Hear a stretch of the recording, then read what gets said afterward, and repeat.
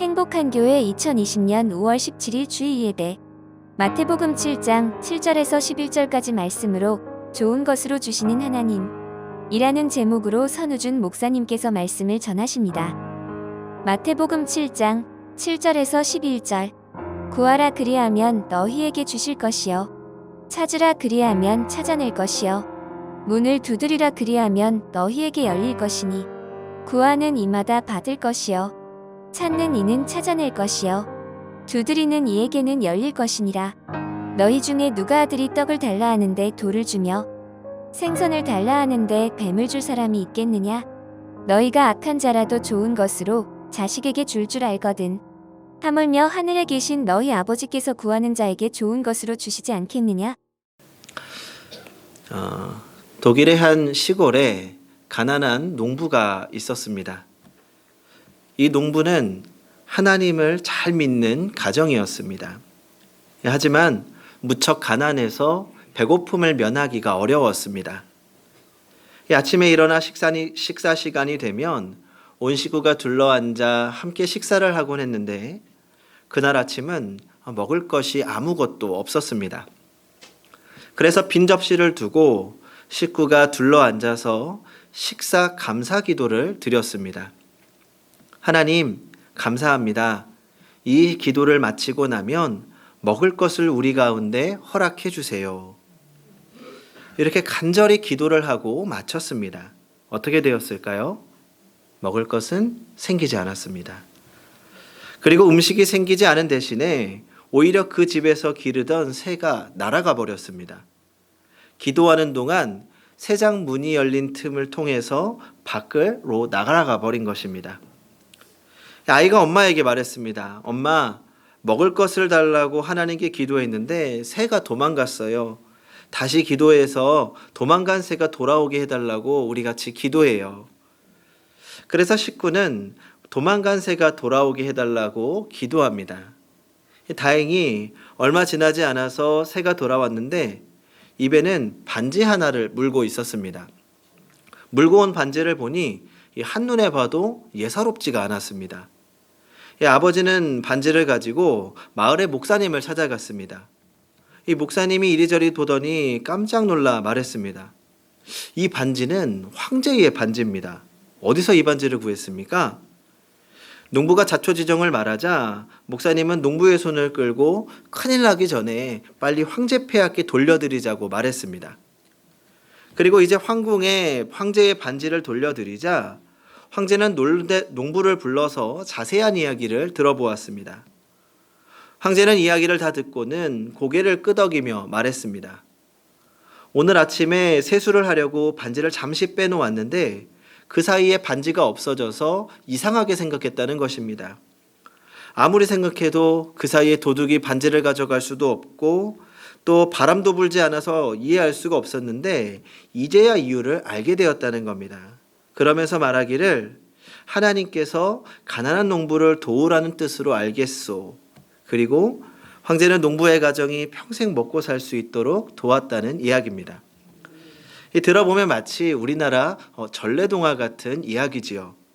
그런데 이 이야기는 단순하게 동화로 만들어진 이야기가 아니라 독일의 교회사에 전해져 내려오는 실제로 있었던 이야기라고 합니다.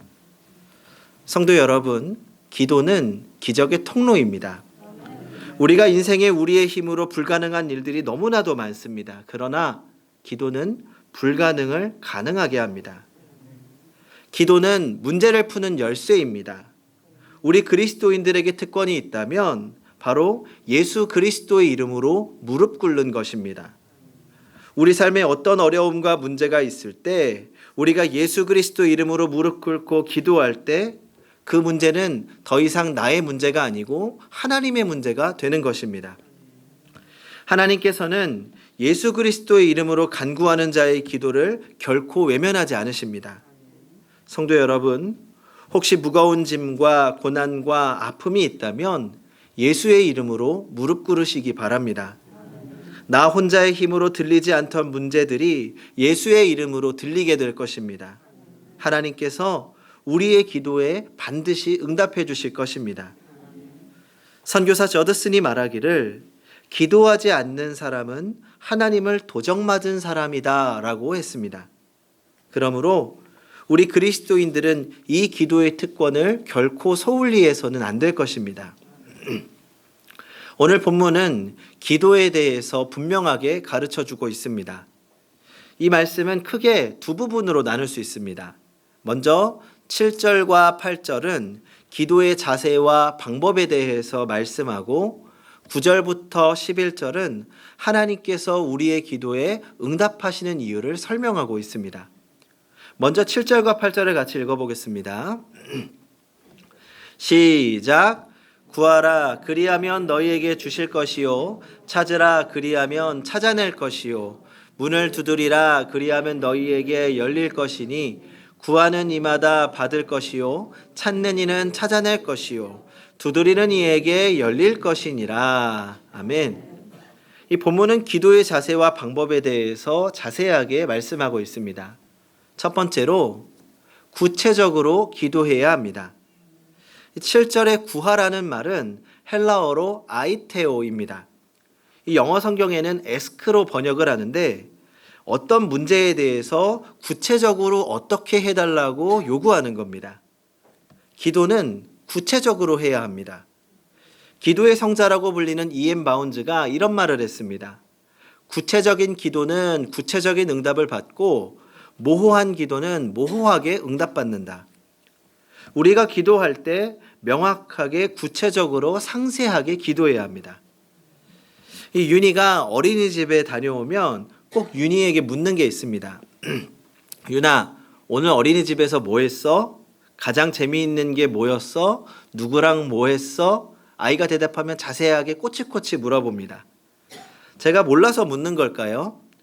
윤희가 워낙 훌륭하고 좋은 어린이집에 다니고 있어서 계획표도 잘 나와 있고 또 다른 방법으로 자세하게 알 수 있는 방법이 많습니다. 그러면 제가 왜 윤희에게 이런 걸 물어볼까요? 윤희의 이야기를 윤희의 입을 통해서 듣고 싶은 겁니다. 하나님께서는 우리의 사정을 잘 알고 계십니다. 그러나 하나님은 우리의 입으로 하나님께 아뢰기를 원하십니다. 왜요? 우리를 사랑하시기 때문입니다. 서로 관심 없는 사이에는 뭐 안부 한두 마디로 지나갑니다. 아, 그동안 잘 지냈어? 언제 한번 밥 한번 먹어야지. 다시 만나면 그동안 잘 지냈어? 언제 밥 한번 먹어야지. 밥 한번 먹어야지 인사만 수십 번을 합니다. 하지만 사랑하는 사이는 깊은 것까지 세세하게 시시콜콜 다 알기 원합니다. 그래서 사랑에 빠진 사람들의 특징은 서로에 대한 관심이 증대하는 겁니다. 오늘 점심에 뭐 먹었어? 맛있었어? 어디에서 먹었어? 그거 나중에 같이 먹자. 어디야? 오늘 저녁엔 뭐 해? 내일은 뭐 할 거야? 아주 자세하게 묻고 이야기를 듣고 싶어 합니다. 그래서 사랑의 반대는 미움이 아니라 무관심이라고 말합니다. 그래서 연인들에게 있어서 서로에게 관심이 적어질 때 사랑이 식었다고 느끼는 겁니다. 하나님이 우리에 대해서 그런 마음을 갖고 계십니다. 우리의 입을 통해서 세세하게 듣기 원하십니다. 그래서 우리는 기도할 때 아주 구체적으로 자세하게 기도해야 합니다. 하나님, 제가 이래서요, 저래서요, 이런 게 필요한데요. 하나님은 우리의 기도를 아주 듣기 원하십니다. 그리고 하나님은 구체적으로 응답하십니다. 제가 사람들과 많이 나누는 간증 중에 한 가지가 군대, 특별히 입대 과정에 관한 간증입니다. 입대하기 전에 하나님께 이렇게 기도 참 많이 했습니다. 하나님, 제가 임관하게 되면 주중에 아무리 바빠도 주말에는 교회에서 사역할 수 있는 곳으로 가게 해주세요. 이 군대 다녀오신 분들은 이 기도가 얼마나 불가능한 기도인지 잘 아실 겁니다. 그런데 우리 하나님 정확하게 들어주시더라고요. 주중에는 정말 너무너무 바빠서 10시 이전에 퇴근하는 경우도 많지 않았지만 다행히 주말 당직이 1년에 몇 번 돌아오지 않아서 행복한 교회에서 사역할 수 있었고 또 오늘까지 말씀을 전하게 된 것입니다. 그래서 종종 후회하기도 합니다. 하나님, 그냥 주중에도 편하고 주말에도 편한 곳으로 보내주세요. 할 걸 기도하고 말입니다. 성도 여러분, 우리 하나님께서 우리의 구체적인 상황을 아뢰고 구체적으로 기도하길 원하십니다. 우리의 구체적인 기도를 통해서 하나님과 더욱 친밀해지고 하나님께서 얼마나 구체적으로 일하시는지를 경험하게 될 것입니다. 두 번째로 은혜를 구해야 합니다. 이 8절에 찾으라는 말은 영어로 seek입니다. 단순하게 구한 것을 찾아보라는 의미가 아닙니다. 먼저는 구한 것에 대해서 적극적인 행동의 의미를 갖고 있습니다. 구체적으로 구한 것을 찾아보아야 된다는 거죠. 그러나 여기서 우리가 찾아야 할 것은 내가 구한 것을 찾는 것이 아니라 내가 구한 것이 정말 하나님의 뜻 가운데 합당한 것인지를 살펴보고 찾아야 된다는 겁니다. 이 찾으라는 단어가 헬라어로는 제테오라는 말인데 하나님을 찾고 하나님의 나라와 의를 구한다는 것을 의미합니다. 그러니까 찾으라는 것은 만약 나의 구하는 것이 하나님의 뜻 가운데 있는 것인지를 찾아보고 그렇지 않으면 하나님의 뜻 안에서 나의 뜻을 조정하는 시간이 필요하다는 겁니다. 오늘 우리의 기도를 잘 생각해 보시기 바랍니다. 우리의 필요한 것들 그리고 사랑하는 가족들의 건강, 안위를 위해서 얼마나 많이 기도합니까? 그러나 정말 나와 하나님과의 관계를 위한 기도는 얼마나 많이 하고 계십니까? 우리가 이 땅에서 사람으로 살기 위해 필요한 것도 구해야 하지만 우리가 그리스도인으로 살기 위해 필요한 것도 구해야 합니다. 그래서 우리는 은혜를 구해야 합니다. 날마다 은혜를 구해야 합니다. 그리고 우리 하나님은 은혜를 구하는 자에게 넘치도록 풍성하게 베푸시는 하나님이십니다. 세 번째로 끝까지 두드려야 합니다. 9절에 두드리라는 말은 말 그대로 노크입니다. 안에 사람이 있는 것이 확실합니다. 그런데 문을 두드려도 사람이 나오지 않습니다. 어떻게 해야 합니까?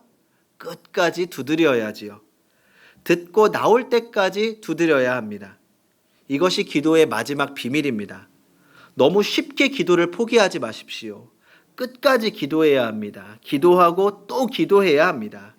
그러면 우리가 전적으로 신뢰하는 하나님께서 반드시 응답하시고 우리는 그 응답 가운데 하나님이 주시는 평안과 하나님이 행하시는 놀라운 일들을 보게 될 것입니다. 그러면 우리가 이렇게 끝까지 기도해야 하는 이유, 그리고 하나님께서 우리의 기도에 응답하시는 이유에 대해 생각해 보려고 합니다. 9절부터 11절을 같이 읽어보겠습니다. 9절부터 11절 시작. 너희 중에 누가 아들이 떡을 달라 하는데 돌을 주며 생선을 달라 하는데 뱀을 줄 사람이 있겠느냐? 너희가 악한 자라도 좋은 것으로 자식에게 줄 알거든. 하물며 하늘에 계신 너희 아버지께서 구하는 자에게 좋은 것으로 주시지 않겠느냐? 아멘. 이 말씀은 이스라엘적 상황에서 생각해 보아야 이해가 되는 말씀입니다. 예수님 당시에 이스라엘 사람들은 떡을 먹었는데 그 떡은 아주 돌과 유사하게 생겼습니다. 그 큰 떡은 사람의 머리만 하고 작은 떡은 주먹만 하다고 합니다. 좀 더 정확하게 번역을 하면 빵입니다. 이스라엘 사람들이 먹은 빵은 겉이 딱딱하고 속이 말랑말랑해서 그 빵을 쪼개서 속의 것을 먹거나 파먹었습니다.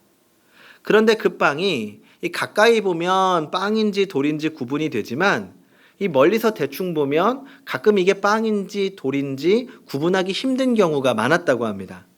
그러니까 색과 모양 때문에 착각하는 겁니다. 그래서 빵을 달라고 하면 가끔 빵을 집다가 돌도 섞이는 경우가 종종 있었다고 합니다. 그리고 오늘 본문에서 말하는 뱀은 산에서 사는 뱀이 아니라 물에 사는 뱀을 말합니다. 이스라엘의 생선들은 길쭉한 생선이 많아서 마치 뱀장어와 같은 생선이 많다고 합니다. 그래서 어부들이 그물질을 해서 생선을 잡게 되면 먹을 수 있는 생선과 먹을 수 없는 뱀장어를 구분합니다. 왜냐하면 이스라엘 사람들의 율법으로는 비늘이 없는 물고기, 뱀장어 같은 물고기들은 먹을 수가 없었기 때문입니다. 그런데 캄캄한 밤에 고기를 분류하거나 새벽에 분류를 하다 보면 가끔 생선 사이에 이 뱀장어가 섞여 들어갔다고 합니다. 그러니까 주의 깊게 살펴보지 않으면 혼동해서 줄 수가 없다는 겁니다. 하지만 사랑이 많은 어머니는 그것을 혼동하지 않습니다. 사랑하는 아들이 떡을 달라고 하는데 부주의하게 대충 해서 돌을 섞어줄 수가 없고, 사랑하는 딸이 생선을 달라고 하는데 부주의하게 뱀장어를 섞어줄 수가 없다는 겁니다. 사랑하는 사람이기 때문에 그만큼 주의를 기울이고 관심 있게 돌본다는 사실입니다. 마찬가지로 하나님 아버지께서도 우리의 기도를 대충 들으시고 대충 응답하시는 분이 아니라는 겁니다. 정밀하게 잘 살피셔서 세세하게 보셔서 우리에게 필요한 좋은 것만을 주시는 아버지라는 것입니다. 그러므로 우리는 아버지 하나님을 믿고 우리의 구한 것을 받을 줄로 확신해야 합니다. 그리고 11절 말씀을 보면 응답의 이유 가운데 가장 중요한 것 하나를 말씀하고 있습니다. 다시 한번 11절을 같이 읽어보겠습니다. 시작. 악한 자라도 좋은 것으로 자식에게 줄 알거든 하물며 하늘에 계신 너희 아버지께서 구하는 자에게 좋은 것으로 주시지 않겠느냐. 아멘. 이 뒷부분을 다시 보시기 바랍니다. 하늘에 계신 너희 아버지께서 구하는 자에게 구하는 대로 주시지 않겠느냐라고 하지 않습니다. 구하는 자에게 좋은 것으로 주시겠다고 말씀합니다. 우리가 기도할 때 오해하지 말고 착각하지 말아야 하는 부분이 바로 이 부분입니다. 내가 구하는 것 그대로 하나님이 응답하시는 것 아닙니다. 내가 구하지만 하나님은 좋은 것으로 주신다는 겁니다. 내가 구하는 것과 다른 방법으로 다른 결과가 올 수 있습니다. 물론 내가 구하는 것 그대로 주시기도 하고 주실 수도 있지만 하나님 보실 때 더 좋은 것이 있다면 그것으로 주신다는 겁니다. 우리는 이 사실을 잘 알고 믿어야 합니다. 내가 드리는 기도가 그대로 이루어질 거라고 믿는 것은 미신입니다. 우리는 내가 드리는 기도를 하나님께서 들으셨고 하나님께서 좋은 것으로 주실 줄 믿어야 합니다. 그러므로 기도의 대원칙은 전적 신뢰입니다. 하나님께 전적으로 맡겨드리는 겁니다. 하나님을 전적으로 신뢰하고 하나님 앞에 전적으로 의탁하며 하나님이 주시는 모든 것은 내가 구한 것보다 더 좋은 것이라는 확신을 가져야 합니다. 우리가 이런 확신을 가질 수 있는 두 가지 분명한 이유가 있습니다. 첫째는 하나님이 나보다 나를 더 사랑하시기 때문입니다. 내가 내 인생을 사랑하는 것보다 하나님이 나를 더 사랑하고 귀하게 여기십니다. 내가 나의 자녀를 위해서 기도할 때, 나의 부모와 아내와 남편을 위해서 기도할 때 하나님은 나보다 그 사람을 더 사랑하시고 더 먼저 사랑하셨습니다. 두 번째는 하나님은 나보다 나를 더 잘 아시기 때문입니다. 우리에게 무엇이 필요한지 우리보다 하나님께서 더 잘 알고 계십니다. 그래서 우리는 나보다 나를 더 사랑하시는 하나님, 나보다 나를 더 잘 아시는 하나님의 응답 방법 세 가지를 기억해야 합니다. 첫 번째는 예스입니다. 우리가 구하는 것이 우리에게 유익하고 하나님의 뜻에 합당할 때 하나님은 예스로 응답하십니다. 두 번째는 노입니다. 우리가 구하는 것이 우리에게 유익하지 않을 때, 우리가 구하는 것이 하나님의 뜻에, 하나님의 나라에 합당하지 않을 때입니다.